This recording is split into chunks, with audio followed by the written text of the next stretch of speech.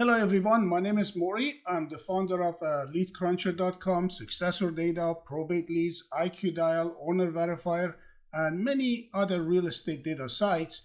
Our customers range from realtors, investors, wholesalers, even other business people use our data for different purposes. The purpose of this video was asked to create a series of videos to help people navigate through LeadCruncher and explain the different features and data. The first video we're going to explore is about Assessors Data.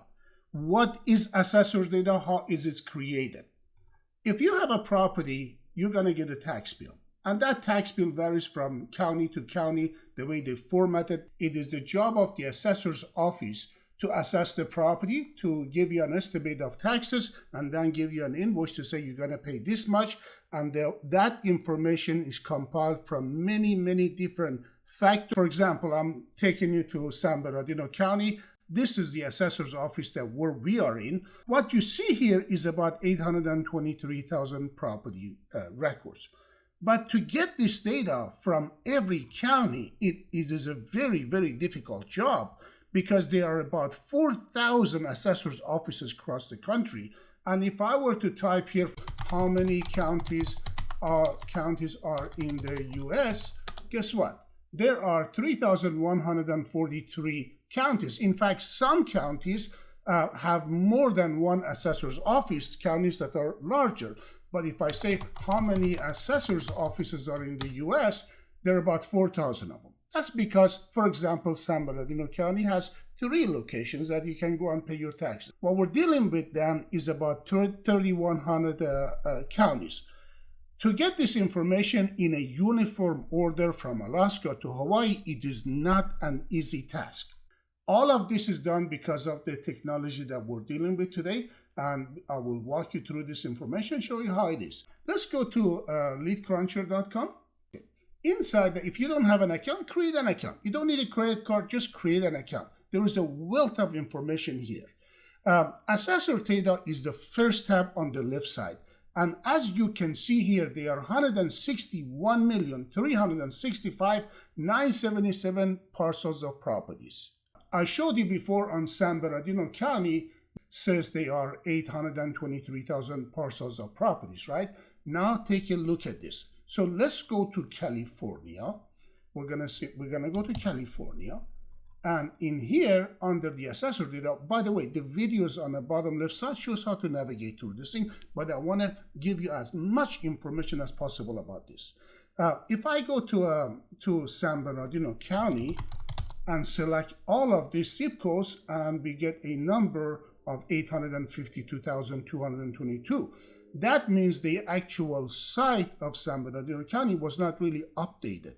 But you can see the numbers are pretty close, 852,000. At the same time, what makes these properties unique is that every assessor's office have their own way of creating what we call a folio number, APN, parcel number, you name it, it varies. But just to give you the nuts and bolts of it, here, what I did, I downloaded a list of records of properties in different states, different counties, and I want you to see the beauty of this thing. Each parcel is unique according to the county that the property is located at. And then I told the system, okay, I want to see this thing from the largest one to the smallest one. So some of the largest ones is New Jersey. Take a look at this assessor parcel. I mean, good luck to anybody who want to memorize this number. Not that we have to, but take a look at them. As we go lower, we go to Florida, and then it formats changes. You see it? The format changes. All the spaces and all the dashes are there for a reason. They are all for a reason. Okay, then we come down here, and then take a look at this. We come down to where? South Dakota, and then we see numbers are just basically just a number, just like a cell phone number. Okay, so I thought this might be interesting for you. Along with this, there is what is called a short property legal description. Now that shows that is a bit different than this, but I'll make another video for you on that one to explain that one. I think it's just so fascinating to see how this thing works. Now, if you see here, again, this data was exported from LeadCruncher, And you can see here, this is the assessed value that was generated by the assessor's office on a tax roll for 2024, which we are in right now. Okay, so you can see they assess every property. And if you break this thing down, it's the assessment of the land and any structure on the property. They break it down in many parts, and then they add a whole bunch of other stuff, just like your phone bill. Take a look at your phone bill. They got so many other stuff.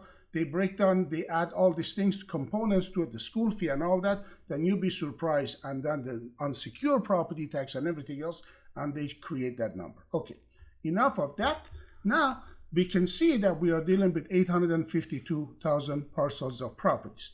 But I want you to also understand this one, that the data from assessor's office doesn't come similarly. In other words, assessor office in San Bernardino County does not care how the Riverside County next door, they generate their data and all that. It's totally different. The formats are different. The job of the entities that they work together, actually there's about 11,000 people nationwide work on these 3,100 counties to create what you see here, which is a masterpiece of data. Not only that, the data comes in many different formats.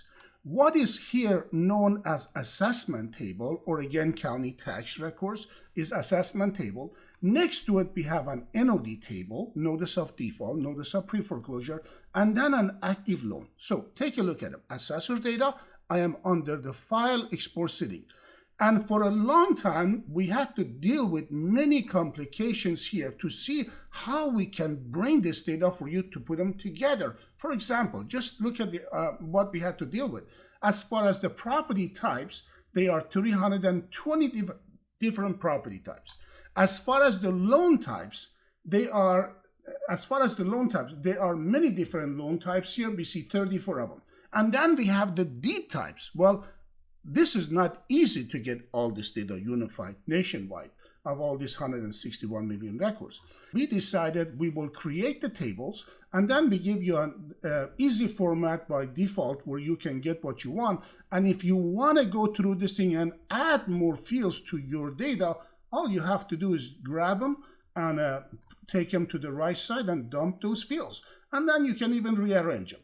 The result is that not only you're going to be able to get an assessment table, assessor's data file, but you'll be able to even see if the property is in foreclosure. And then there is another masterpiece of data here, which is called active loan. Now, this is in a class by itself. Active loan has to do, and this data assessor's data is updated every day. NODs are updated every day, but as active loan table is updated once a month. Once a month, right now, they go through every single property with an open deeded trust, and they look at this loan to see when was this loan originated. For example, if the loan was originated 10 years ago, what was the interest rate at that time? What type of a loan was it? Was it the first? Was it the second? And then they will figure out what is the remaining balance on this loan. Let's say you bought a house in Florida 10 years ago for $150,000. Today the property worth about $300,000, but that $150,000 loan now is gone down to about $100,000.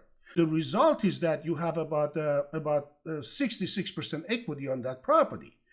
So that unique information called active loan. Along with that information, then we get other pieces of the information as to the type of the loan and everything else that relates to that loan. Now, the beauty of it is that you can have all of this thing combined together, and when you then export a file, you're going to have that unique information. Let's create a search called 91701 off-market deals, and let's see how we can enhance this data. Once I select California, the numbers would drop down to 13 million parcels. I have to add my zip code 91701.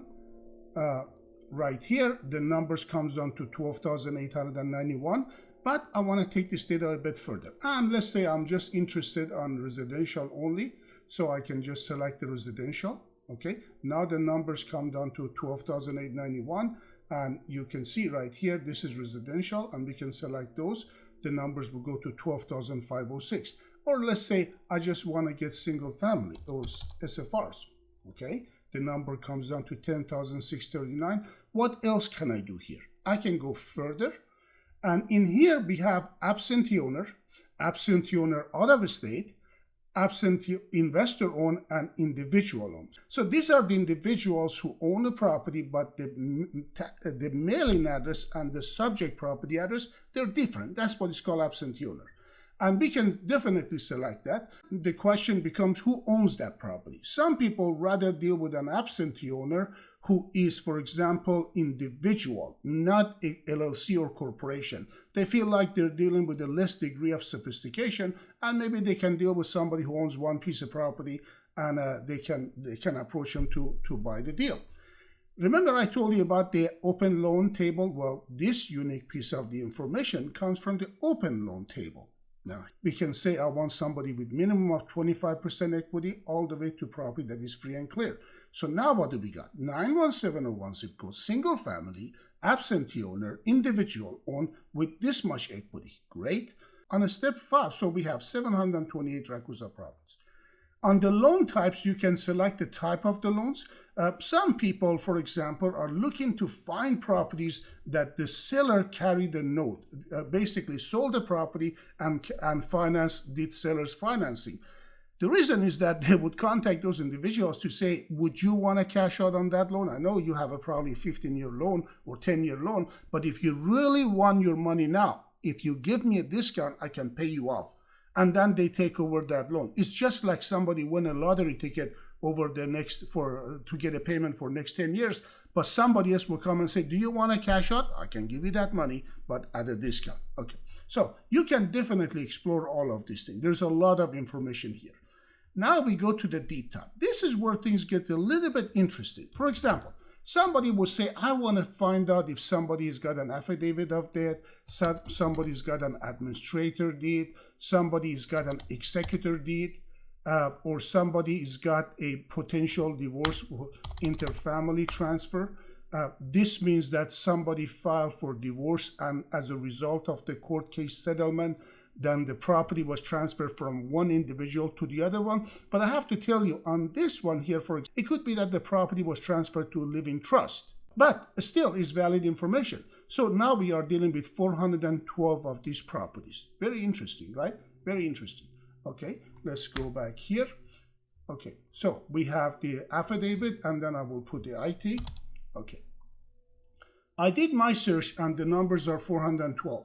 All I have to do at this point, I can either save this thing and go to save and checkout. So if I save it right here, my search is saved. I can come back in another time.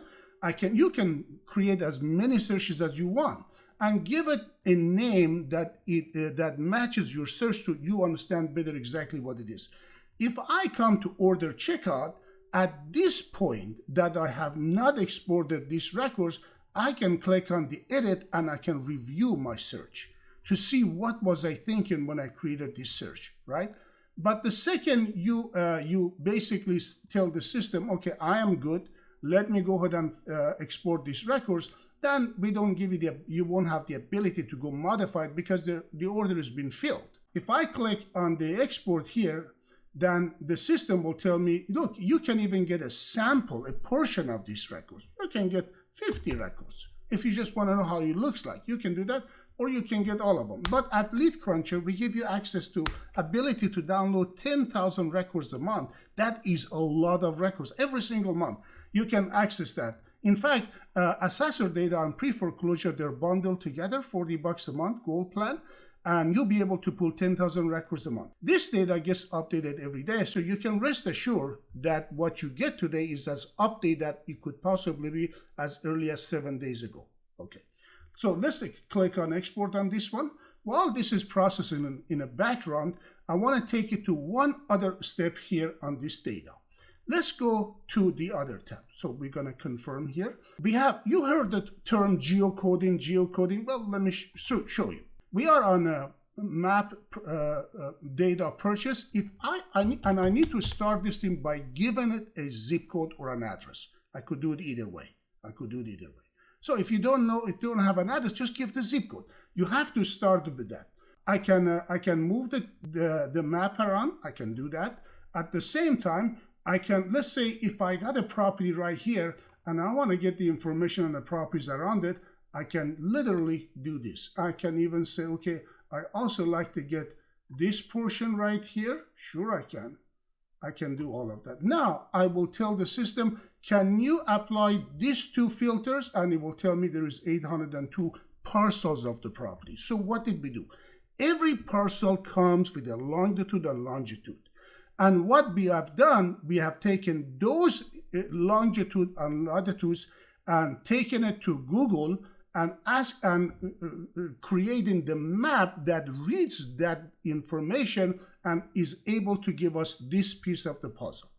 There is 802. Now, you can, for your own curiosity, sometimes you want to know what is a neighborhood made out of. Well, it can't be any easier than this. You can see there are mostly single family and a few vacant land, but this is what you call it a bedroom community, basically made out of houses. You can also change this one to a satellite, and of course you can see exactly what I told you. You can even tell here, you can put some basic parameters on a property, or you can even say, can you just show me the properties that are in foreclosure? If I apply this, now there are 5 properties that are in default or foreclosure status. You can tell the system, I want to exclude the investor-owned properties. Remember how I showed you it could be owned by individual or investors? So let's do this. Let's apply the filters 802, and if I exclude the investor-owned properties, now this number will come down to 791. You see how beautiful this is? Fantastic. If I wanted to go here and remove some of those, I can just exclude them.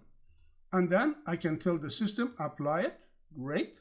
I can go to order checkout and say, okay, there is 745. At this point, I can even modify the name. I could modify the name. For example, I can say 91701, and I can click confirm. And there it is. The list is being generated. At this point, I like to conclude this video. On the next video, I'll take you further. If you like the content of this video, you'll find more videos like it on my channel. We hear this from people all the time, but those little mouse clicks will go a long way to help us with the algorithm. So please subscribe and click the like button.